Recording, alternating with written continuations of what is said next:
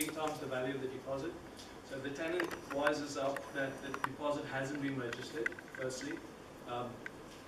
That's not even the main thing. You can register the deposit, fine, so you tick the box, happy, you go on with your normal business, but you haven't given the tenant the prescribed information. That's as bad as not registering the deposit. So let's just look at the steps then quickly. If you just go back, so first step, obviously give them the ASD. Second step, you have to register the deposit. Then you've got a choice of obviously using, these are the 3 main schemes we're looking at. So it's the TDS, My Deposits and the DPS. The first 2 are what we call insurance-based schemes, where in the first 2 cases, the landlord holds the deposit. So you retain the deposit, but you register the deposit with those 2 schemes. Make sense? Yeah? What we're saying. So the third one is a custodial scheme, the DPS, where the deposit has to be handed over to the company or to the government scheme. Okay, so you literally have to transfer the deposit over to them, and then you get a tenant ID and landlord ID. A bit more difficult to get those funds back. If the tenant absconds, damage to the property, there must be a tenant ID and there must be a landlord ID. So we found in the past that if the landlord wants the deposit, it's quite a cumbersome process to get that back. Okay, because you have to have the ID of the tenant, that the tenant is absconded, you then have to write the letter to the DPS to get that back. So it's not that easy. The first 2, a bit more straightforward. You retain the deposit. You can use a letting agent such as ourselves. This is what Nicholas is doing now. So use us. We've got a segregated client account with client money protection, so we can register the deposits on your behalf. Obviously we retain it, and if there's an inventory, hopefully, we can look at that and then work it out at the end. So the first 2, basically, as we say, you keep the deposit, you've got your own login details, and it's easier to just get that money out at the end. Okay? So just very quickly then, the TDS, as we said, is a government insurance scheme where the landlord holds the deposit. Okay, that's the first one. The second one, My Deposit's also the same. The landlord holds the deposit, very straightforward. And the DPS is a custodial scheme. Yep, question? I think the DPS has changed. You can have an insurance scheme with the DPS, because I've got one. Yeah. Okay, so I think, you know, what we have at the moment is we've got a DPS account and we've got a My Deposits account. We tend to still prefer the My Deposits schemes, quite straightforward. The DPS still has a lot of, I wouldn't say politics, but it's just more difficult to get the money out from them. I suppose the change occurred quite recently as well, so I suppose we just have to look back at that as well.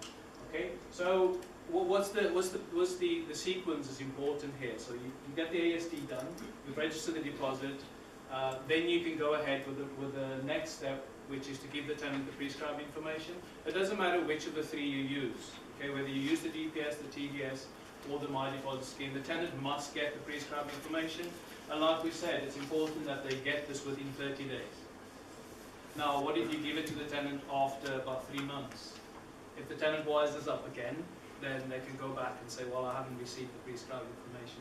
We've got a case at the moment whereby a tenant has actually signed a My Deposit certificate, and she's put a defense claim into the court to say that I believe my deposit is registered somewhere with a scheme. So this is, I actually got the defense claim through from the landlord, and it says that she believes that there is some deposit registered, but she signed it herself, a My Deposit certificate. So we've got her signature, my signature on the certificate to say that it is registered with the My Deposit. So I don't know what happened if she had, you know, brain damage in the meantime. But you know, the bottom line is the certificate is there, and we've got a court hearing on the 22nd of May, and I've got to go present the certificate to the judge to say, here's the certificate. How can the tenant say that she does not know where the certificate was registered? So the paperwork's really important to get that right. Yeah. So, and it has to be done within the 30-day period. Yeah. So you have to give that prescribed information. Now, what is prescribed information? Thank goodness the My Deposits have taken it down from 6 pages down to 2 pages. Easier to print, but you can email it as well. Okay. Now, the tenant can come back and say, you've given me some kind of idea of where my deposit is held, but I didn't get the prescribed information. So the My Deposits do not give you any indication on the prescribed information where the tenant can sign. So what we're doing nowadays, we give them the certificate, and at the bottom we say prescribed information received with the certificate, and we sign it. Otherwise they can come back later on and say, oh, I didn't get the prescribed information. What evidence is there we've given it to them within that 30-day period. Yeah, so it can be emailed as well, and that email in their inbox would be a proof as well. Third one, and this is where we are at the moment. Issue a Section 21 if you do want to get rid of the tenant, but you cannot issue a Section 21 unless these things have been done. So this is what we find now, that landlords come to us and say, I'd like to get rid of my tenant. So the first thing we say is, can we see the AST, and can we see the deposit registration certificate? Oops, I've got the AST, but deposit registration certificate? Should I register the deposit? Yes, you should have. Because if you don't register the deposit, that cannot take place. So the sequence is important. Yeah? So ASD, register the deposit, then issue the Section 21, and then if the tenant is in trouble, if it's rent arrears, you can then go ahead with the court procedures and then do the rest of the process really. Okay. What if the tenancy is being renewed? What happens then? If the tenancy is renewed, you have to obviously re-register the deposit because it's a new AST, and you have to pay again. That's how they make their money. If you leave it as it is in a periodic tenancy, what happens then? Anyone have an idea? You have to renew. Sorry? You have to renew. You have to renew. But what happens in this case? So you renew the AST. When the AST is renewed, you go ahead and you pay another subscription. But it depends. It differs from one scheme to the next. Yeah. But if you leave it as it is, it becomes what we call a statutory periodic tenancy. Okay. So all you then do is you go in and you get this links, and they nowadays send you emails. I think you've got about 30 days once again, or 28 days, I'm not sure.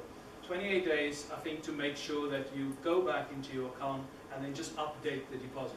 All that means is you just refresh it kind of, and you don't have to pay for that. But if you forget to do that, as we've done in the past, because you ignore these emails, then the deposit is just cut off completely. And this is why this becomes so important, because if you don't look at your inbox and ignore these emails, all of a sudden you've registered this deposit 6 months ago. It's now become an SPT, so you've left that month, and after month 7, the deposit is no longer registered. What they then do, they send the tenant a letter to say your deposit is no longer protected. So you've got to make sure that you check these emails, go back in, and it's literally just a click of a button now. In this case, for the SPT, you don't have to pay again. Okay, so you just update it, and it becomes and they'll just renew the deposit. What do you have to do then? You have to then again send the prescribed information and the certificate. Because if you don't do it, it's like not registering the deposit again. Okay?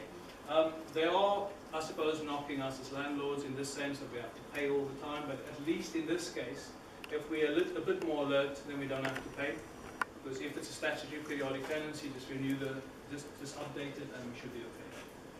Okay? That's pretty much it. Question? If I register the deposit, print the certificate off, what I had signed, and the 3 months has elapsed, Yep. I have to re-register, or can I get them to sign it? So you've registered the deposit? I've registered the deposit, print the certificate off, I've Yep. got it in a file, but I've never given it to them, I haven't signed. Okay, when the contract was done? 8 months ago? 8 months ago. Yeah. So how long was the contract for? It's 18 months with 12-month break clause. 18 months, yeah? But you've registered the I've deposit? registered it, just haven't got them to sign it yet, or given it to them. Okay. Have you given them the prescribed information?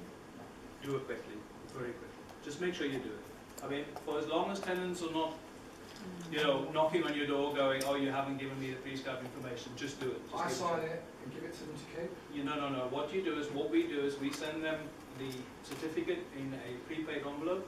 So we give it to them, and then we send 2 copies in there. Both are signed by yourself as a landlord, us as the agent, and then you ask them to send the other copy back to you, so that you have the proof that you've given it to them, plus the prescribed information. My deposits, like I said, it's only got a 2-page document now, which just makes it easier to print, yeah? But just make sure you give it. Okay, no questions asked, nothing said, Yeah. just sign it, bring it back, and make sure you've got a copy of it. Okay? That's me done. Fantastic. Thank you very much.